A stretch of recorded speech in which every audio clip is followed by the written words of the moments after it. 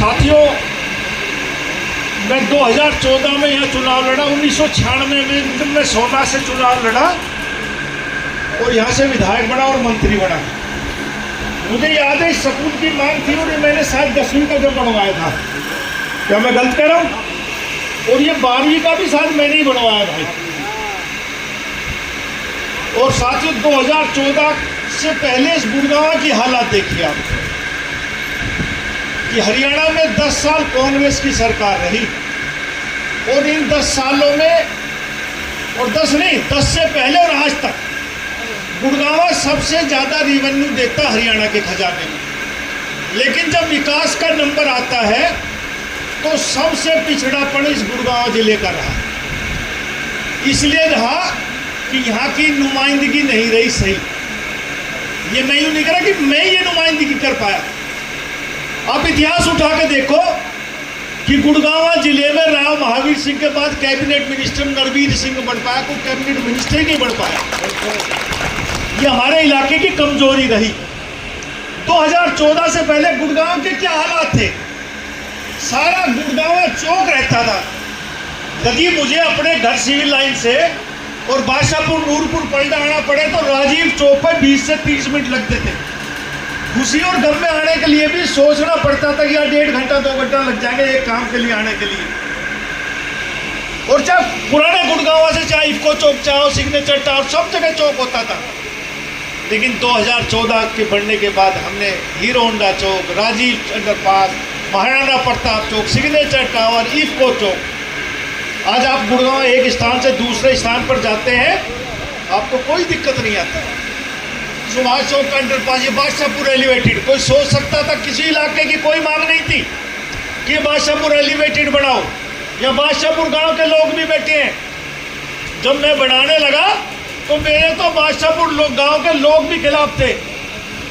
एक ऐसा गांव है जिसमें 1 इंच भी जमीन सरकार ने इस रोड के लिए अखबार नहीं करी। 1 इंच भी जमीन, बादशाहपुर एक ऐसा गांव है। मैंने कहा नहीं भाई, बड़ा गांव है, इसकी जमीन अखबार मत करो। और जिनने कब्जे कर रखे थे सरकारी तौर पर वो नपवाई, और आज पास एलिवेटेड बन गया। राजीव चौक से आप चलो 15 से 17 मिनट में आप सोना पहुंच जाते हो। अरे आधे घंटे में आप सोना राजीव चौक से बादशाहपुर नहीं पहुंच पाते थे।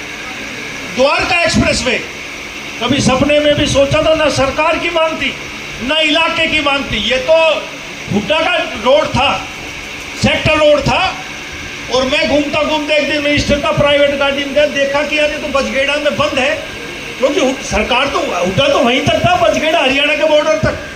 मैंने कहा इसका फायदा क्या होगा, कनेक्टिविटी नहीं जब दिल्ली में। तो गडकरी जी से मेरी मुलाकात हर तीसरे महीने, क्यों मैं पीडब्ल्यूडी मिनिस्टर था, वो बड़े मिनिस्टर थे, अब जाते रहते थे। तो मैंने कहा जी मेरा एक पूरी बादशाहपुर विधानसभा है और हुड्डा का रोड है, और गुड़गांव से दिल्ली की सिर्फ 2 कनेक्टिविटी है, एक महरौली गुड़गांव रोड और एक सिरोल बॉर्डर वाला रोड। मैंने कहा ये कनेक्टिविटी यदि किसी को इमरजेंसी हो जाए, दिल्ली से गुड़गांव आना जाना हो तो बड़ी दिक्कत होती है। और पीक टाइम में तो हवाई जहाज छूट जाए, रेल छूट जाए, किसी का और काम हो वो छूट जाए। बोले क्या चाहते हो? मैंने कहा मेरा एक हुड्डा का रोड है, इसको नेशनल हाईवे डिक्लेयर कर दो। और क्योंकि दिल्ली में आप पार्टी की सरकार है, वो हमारे कहने से काम नहीं करेगी, लेकिन आप इसको नेशनल हाईवे डिक्लेयर कर दोगे, आप जमीन अखबार कर सकते हो, रोड बना सकते हो। कितना पैसा लगेगा? मैंने कहा 400-500 करोड़ रुपए लगेगा। और आपको यकीन नहीं, ये 9600 करोड़ रुपए का प्रोजेक्ट। राव रवि सिंह इलाके की किसी ने मांग नहीं करी थी कि ये रोड फ्लाईओवर बनना चाहिए, एलिवेटेड बनना चाहिए, या इतना पैसा लगेगा। ना बादशाहपुर एलिवेटेड की मांग थी।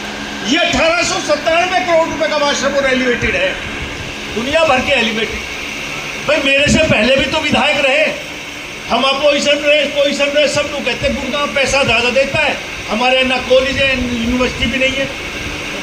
मैंने यूनिवर्सिटी बनवाई काकरोंदा में, उससे पहले सरकारें रही, देश आज़ाद हुए आज 75 साल हो गए। 1966 में हरियाणा बना, हरियाणा बनने के बाद कई जिले बने, उनमें यूनिवर्सिटियां बन गई। जब पंजाब से अलग होकर आया गुड़गांव, उस समय 7 जिलों में एक जिला था, गुड़गांव में यूनिवर्सिटी नहीं बनी। लेकिन भारतीय जनता पार्टी की सरकार आने के बाद हमने काकरोला में यूनिवर्सिटी बनाई। बादशाहपुर हल्के में खेड़की माजरा में मेडिकल कॉलेज तैयार होने लग रहा है। सुल्तानपुर में कॉलेज बन के तैयार होगा, क्लासें लग रही हैं। और बहुत से काम जो लोग सोचते भी नहीं थे वो उस सरकार में हमने करवाए।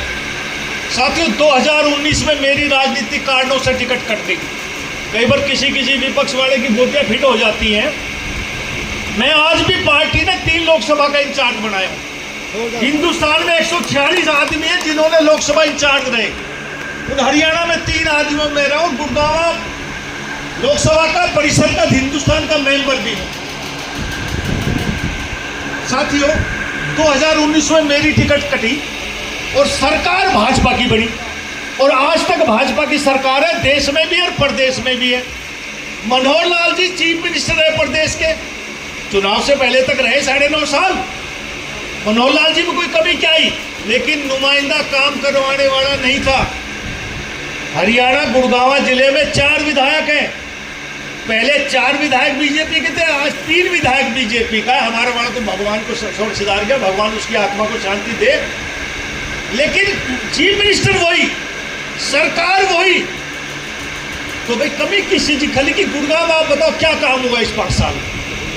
सिर्फ एक नरवीर सिंह ही तो विधायक नहीं था ना। क्या यही अफसर साई उस दिन हावी थी 2014 से 19 तक जो आज हावी है?